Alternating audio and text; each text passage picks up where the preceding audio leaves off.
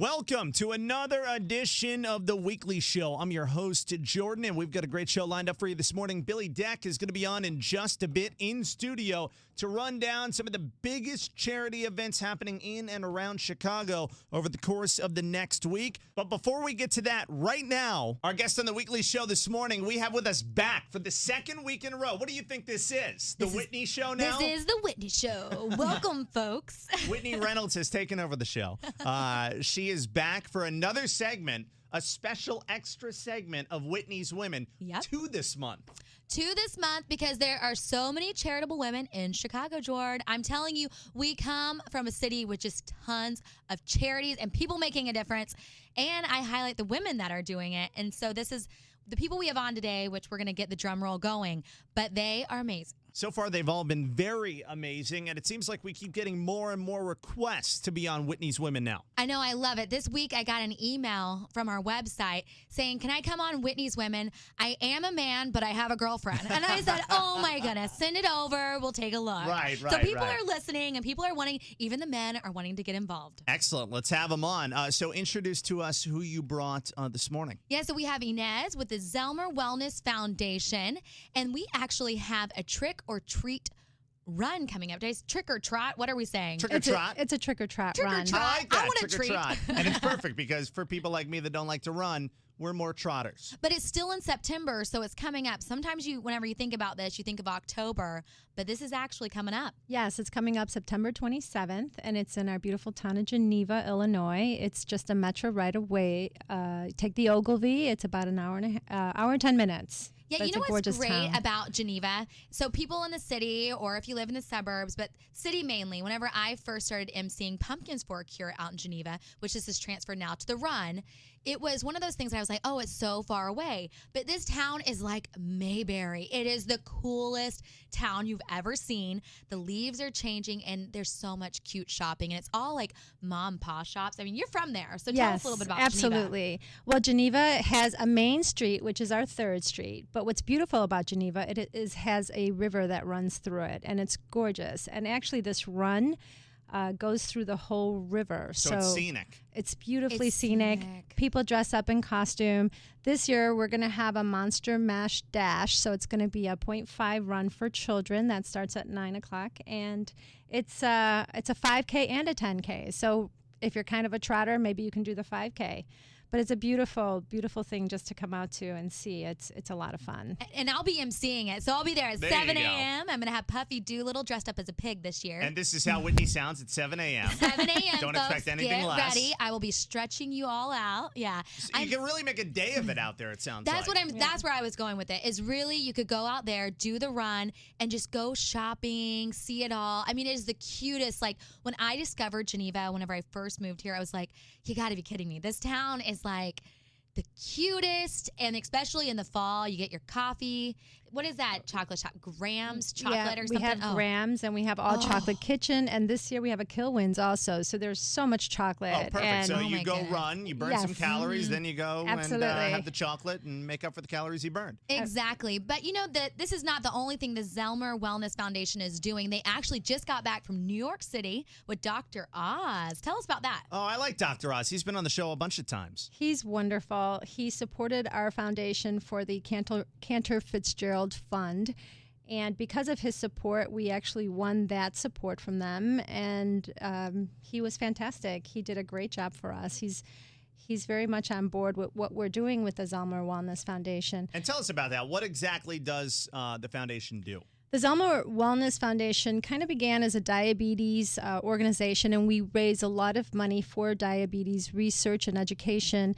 We do the in-transit program with the University of Chicago to help young people with diabetes transition from living at home with their families to moving out to their own apartments or to the university. And that's been a wonderful program that we've supported for the last few years.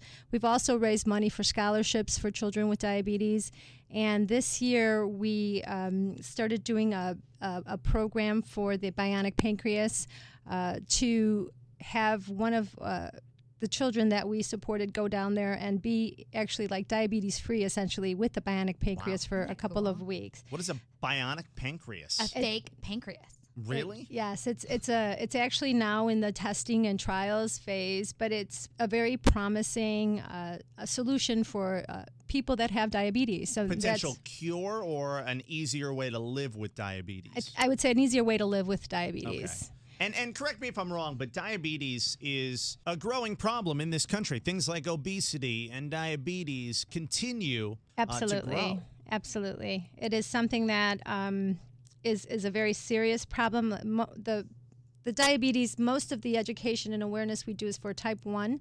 We also do some for type 2, but Can you explain the difference real quick? Type 1 is juvenile. Juvenile Yeah. diabetes, We yes. did a show on it, so I am an expert. Whitney's an expert on Ask it, no Dr. Whitney surprise. right here. Sorry, keep Right. going. And so it's children that have diabetes from the time they're very young, and they're learning to live with diabetes at a very, very young age. And it's a very serious problem. All right, let me play dumb here, which isn't very difficult for me. Diabetes, is that genetic? Can be. It can be. It can be. Yeah. Okay, so... And I think there are groups too that can be predisposed to getting it too, and especially type 2 diabetes.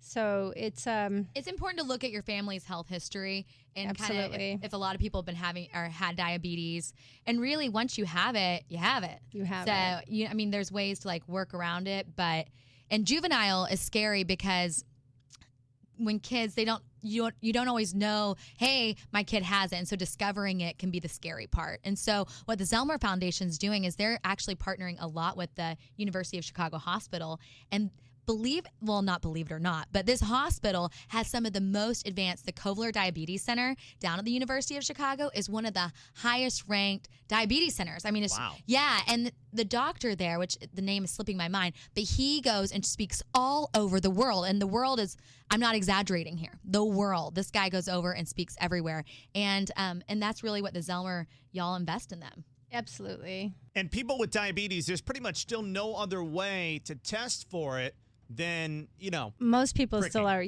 they're still pricking. There's Which people is that do wear the pumps, and it's obvious, but it's got to be really freaking annoying to be doing that, yeah, all and the especially for children, Yeah. to have to be at school, and for parents to constantly be worried and wondering if their kid is okay and being called because something's going on. It's a very difficult thing for young people to have to live with. Well, and not just that, but like even just like the eating too. Like if your blood sugar drops, you always had to have something.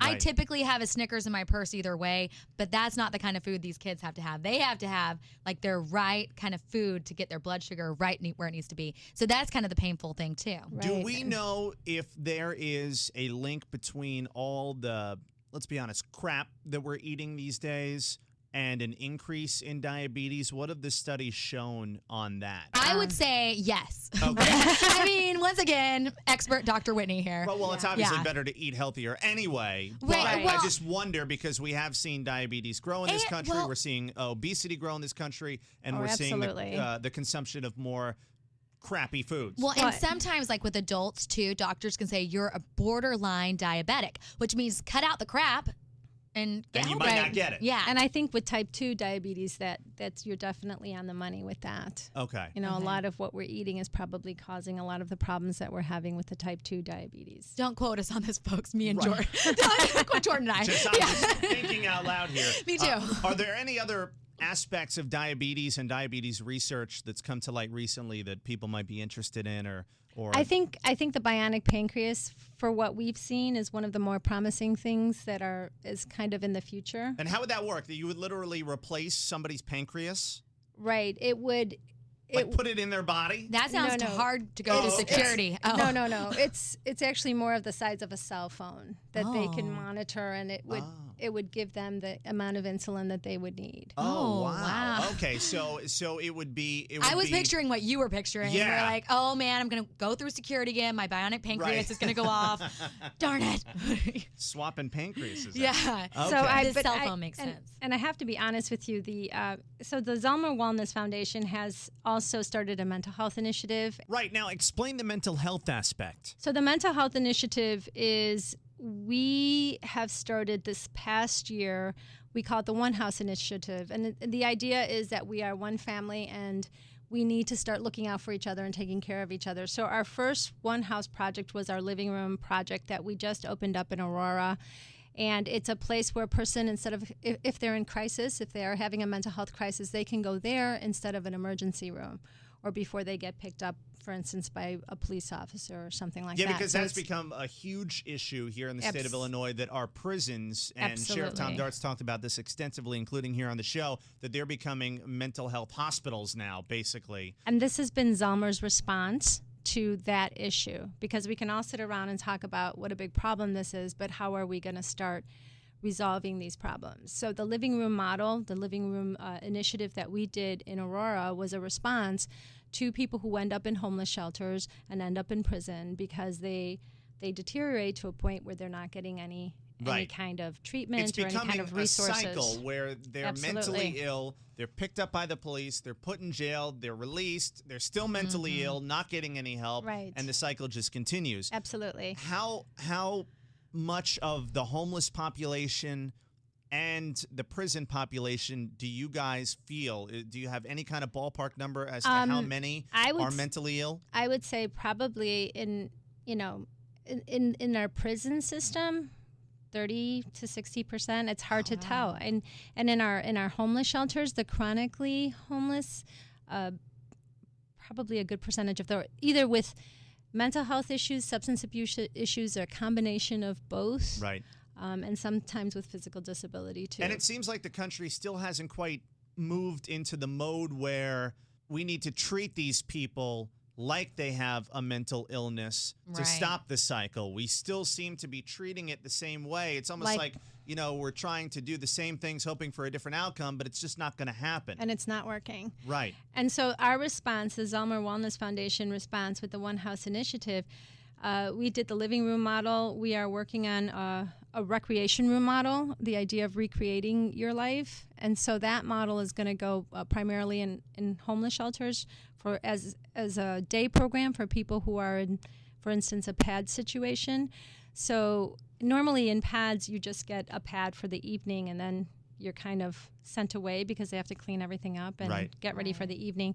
So instead of being sitting in the middle of downtown or in a park bench somewhere, we create a day program for people so they can have services during the day and a place to go and start getting out of that cycle that you're describing. And your one home model won't be like it's all in one place. It's like you could have the living room in Aurora, you could have the recreation center in downtown. I think this is a really catchy thing that you guys have going on. They can be anywhere. Yeah. They're actually just rooms that are then with partnering with agencies that are already serving that community.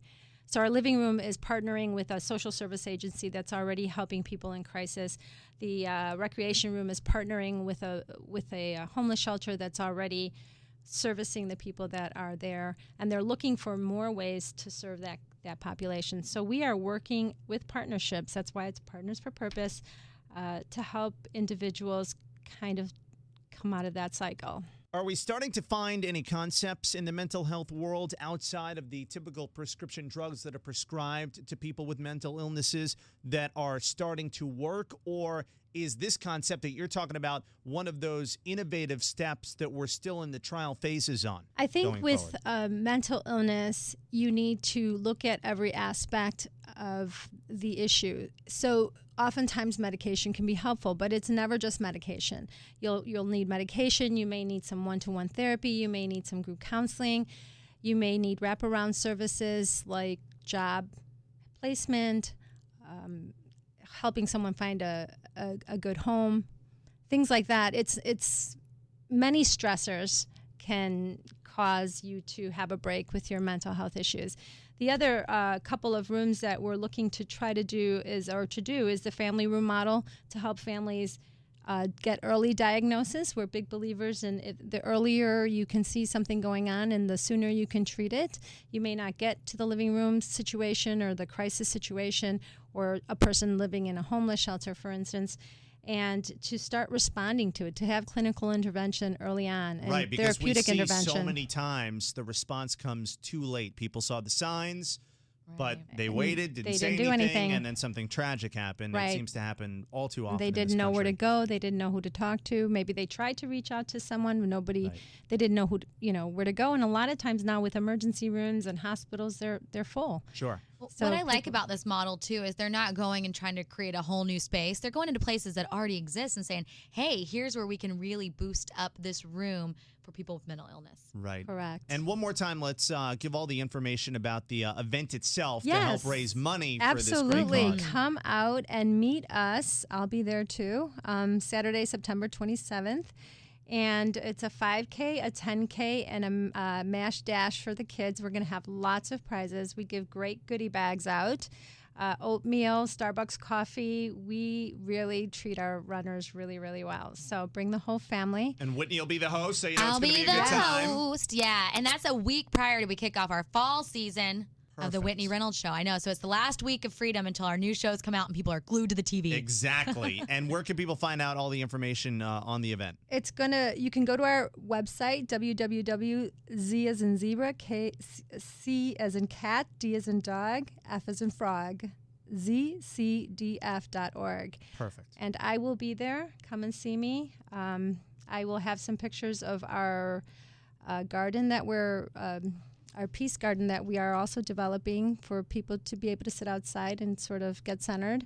And I also have one of the world's oldest pumpkins because I got it last year at our event, and it's still alive. It's Very still, nice. Wonderful. still there, so come and see it. And Whitney, Yeah. your show, you said Yep, we fall kick- season's about to kick off. Fall season, October 4th, 4 p.m. All new shows throughout the fall, Saturdays at 4 p.m.